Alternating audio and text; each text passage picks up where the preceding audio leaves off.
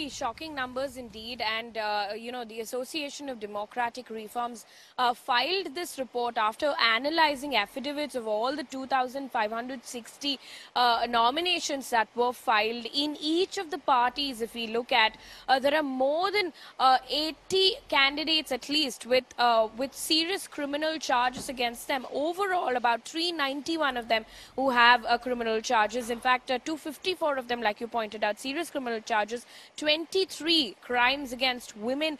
So the point here to make is that how can political parties fight corruption with corrupt candidates in the first place, considering they fielded corrupt candidates. And in fact, we've been talking to a lot of party leaders, activists as well, who say that perhaps this time elections is all about money and muscle power. It's all about winnability. We saw that in the form of how women candidates were fielded. Very few women candidates were fielded in each of these parties. We spoke to people who categorically said that it is about winnability, and perhaps that is why people with criminal records are coming back in. In fact, even crorpatis, over 83% of the candidates overall have a lot of money. They're crorpatis, according to this report that has been filed.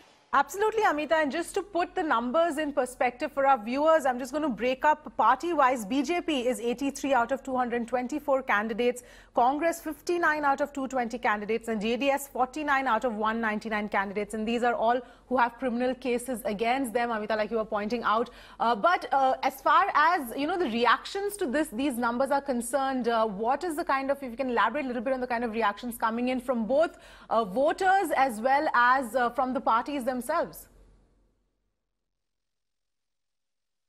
Well, voters have consistently been asking a couple of things. First of all, why field criminal candidates, candidates who have criminal records in the first place? How can we fight corruption? Talk about each of the parties we've seen talk about corruption, a number of issues attacking each other on social media and different advertisements as well. How can you, fight all of that, considering you have candidates who have criminal past records, and like you pointed out, each of the parties here have criminal candidates who have criminal records. In fact, the ADR report goes on to talk about how there are 56 red alert constituencies, which means these are constituencies across the state who have more than 2-3 candidates who have criminal records. At the end of the day, in each of the constituencies, you have to look at your the parties who have fielded these candidates. But then at the in all of these 56 constituencies we're talking about, all of the candidates